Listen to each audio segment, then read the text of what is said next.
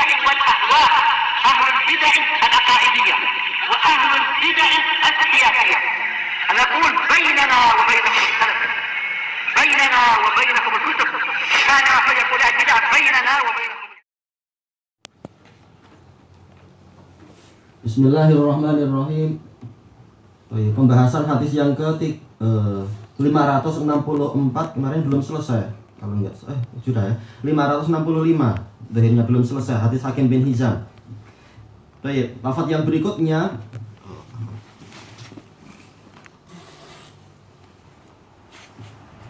yang mana Rasulullah Shallallahu Alaihi Wasallam setelah bersabda al-yadul ulya khairun min al-yadis sufla, beliau bersabda wabda biman ta'ul, tangan yang di atas yaitu tangan pemberi lebih baik daripada tangan di bawah yaitu tangan peminta. Tetapi apa? Mulailah dengan orang yang engkau tanggung nafkahnya. Baik. Jadi Rasulullah Shallallahu Alaihi Wasallam walaupun beliau memberikan semangat untuk bersedekah, tetapi beliau memberikan priority, harus ada prioritas, yaitu apa? Taqdimul aham fal aham, mendahulukan yang terpenting baru yang penting berikutnya. Baik. Sekarang walaupun sedekah itu baik, tetapi boleh jadi kita tidak mampu memberikan kepada semua orang sedekahnya. Berarti apa? Mulailah dengan yang paling penting, ibda biman ta'ul, mulailah dengan orang yang engkau tanggung nafkahnya. Sebagaimana dijelaskan oleh Al-Aini rahimahullahu ta'ala, kalau salah Anda dapatkan di Al-Aini dalam Umdatul Qari itu, yaitu bahwasanya mengurusi anak dan istri ini fardu ain. Sementara misalkan jihad fisabilillah secara umumnya adalah fardu kifayah. Demikian pula apa? Membantu fakir miskin, anak telantar, anak yatim dan sebagainya ini fardu kifayah. Maka walaupun semuanya berpahala yang sangat tinggi, ternyata yang paling tinggi lagi adalah yaitu menafkahi anak istri, menaikkan derajat dengan derajat yang sangat tinggi karena ini fardu ain. Dan amalan yang paling Allah cintai adalah yang fardu ain, baru kemudian fardu kifayah, baru kemudian sunnah muakkadah, kemudian sunnah yang ghairu muakkadah dan seterusnya. Jadi priority yang lebih penting, yang paling penting dulu. Kemudian apa disebutkan dalil-dalil yang lain, disebutkan juga oleh Syekhul Islam, yaitu apa? Ketika Rasulullah bersabda pada para sahabat, tasaddaqu, bersedekahlah kalian. Lalu ada sahabat mengatakan, ya Rasulullah, indi dinar.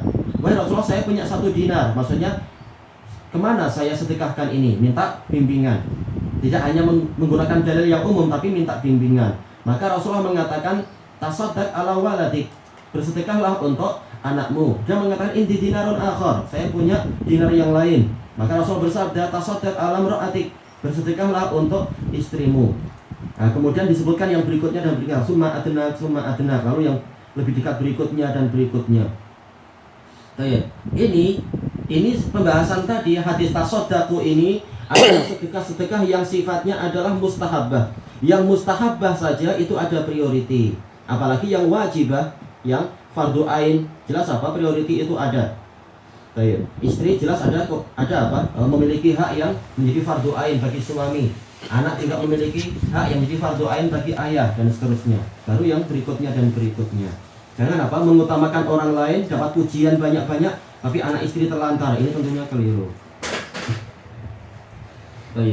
Makanya sampai Rasulullah SAW bersabda, kafa bil mar'i isman an yudayyi'a man ya'ul. Cukuplah seseorang itu berdosa apabila dia menyia-nyiakan orang yang menjadi tanggung jawab nafkah dia. Kemudian Rasulullah bersabda sebagai apa? Sebagai pembatasan juga, wa khairus shadaqah ma kana an dhuhri ghina. Sedekah yang terbaik adalah yang dikeluarkan dalam keadaan orang itu merasa tidak perlu ghina anha, tidak perlu dari apa yang dia sedekahkan. Maksudnya bagaimana? Ini adalah mimbabil mubalaghah. Sebagaimana disebutkan oleh Al-Hafidz Ibnu Hajar rahimahullahu taala. Harusnya yaitu cukup kita mengatakan maka an ghina. Sedekah yang terbaik adalah sedekah yang dikeluarkan karena kita tidak perlu kepada barang tadi. Tapi Rasulullah SAW mengatakan an dhuhri ghina, yaitu saking tidak perlunya kepada barang itu sampai Rasulullah SAW menggambarkan dilempar ke belakang saja. Yaitu orangnya saking tidak perlunya sampai buang ke belakang, bukan disisihkan ke samping atau tetap diletakkan di depan agar kita tidak lupa terhadap dia. Bahkan dilempar ke belakang.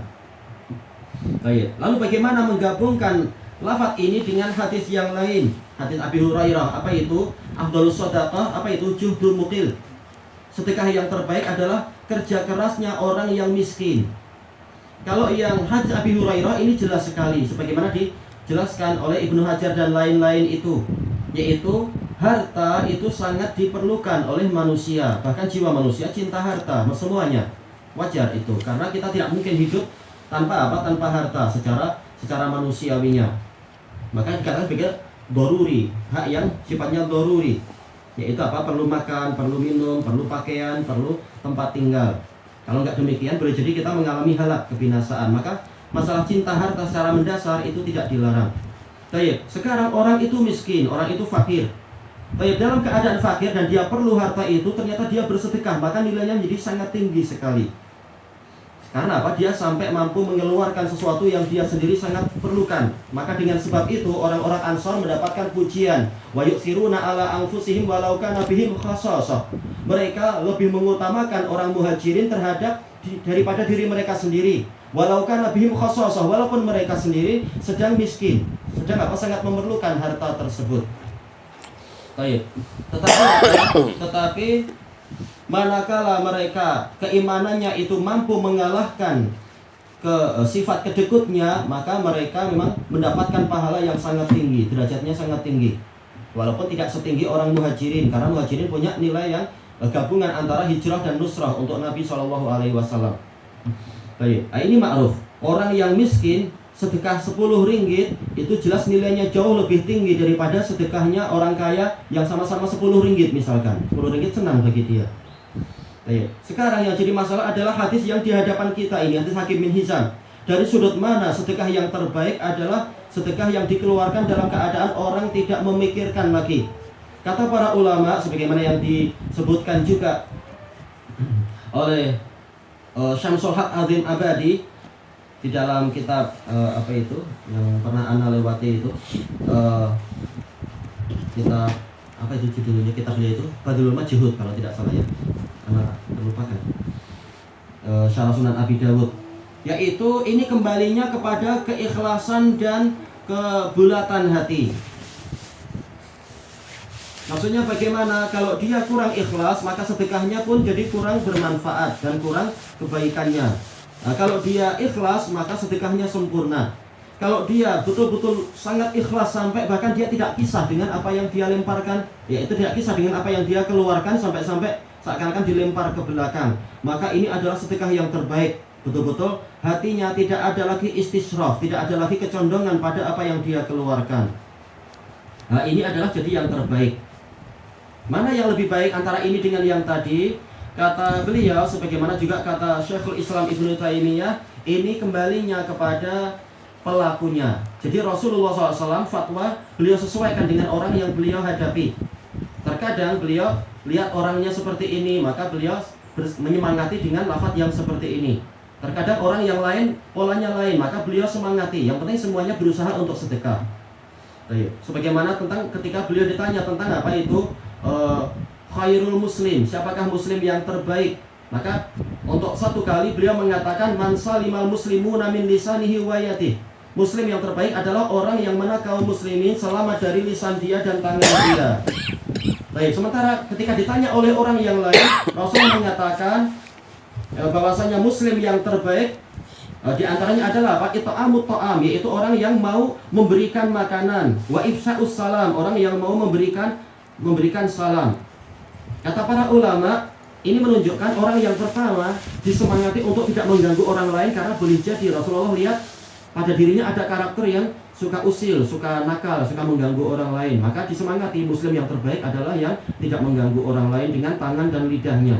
Yang satu lagi, Rasulullah melihat dia suka berbuat baik, maka disemangati lagi. Muslim yang terbaik adalah yang suka memberi, suka salam, suka ini. Intinya apa? Semuanya disemangati untuk memberikan yang terbaik yang dia mampu. Berarti ini dikembalikan kepada keadaan orang masing-masing yang diajak bicara. Nah, sementara hadis Hakim bin Hizam, kita tahu Hakim bin Hizam memang apa? Orang kaya, suka bersedekah, baik di masa jahiliyah, demikian pula di masa Islamnya. Maka Rasulullah menyemangati dari pola yang ini, bukan pola judul mukil, tapi pola orang yang bersedekah dengan betul-betul dia tidak perlu barang itu, maka ini terbaik. Karena apa? Keikhlasan sudah sangat sempurna. Kemudian Rasulullah bersabda, "Wa man yasta'fif yu'iffuhullah." Boleh kita baca yu'iffahullah atau yu'iffihillah. Kenapa? Karena kita tahu yang mudha'af, yang lafif seperti ini, dia ketika dijazmkan maka hurufnya itu boleh apa? Harokatnya boleh dhammah, boleh kasrah, boleh fathah. Baik, sekarang jelas dia majzum karena jawabu syarat yang majzum. Maka majzumnya boleh yu'iffuhullah, yu'iffahullah atau yu'iffihillah. Barang siapa berusaha menjaga kehormatan, maka Allah akan menjaga kehormatan dia.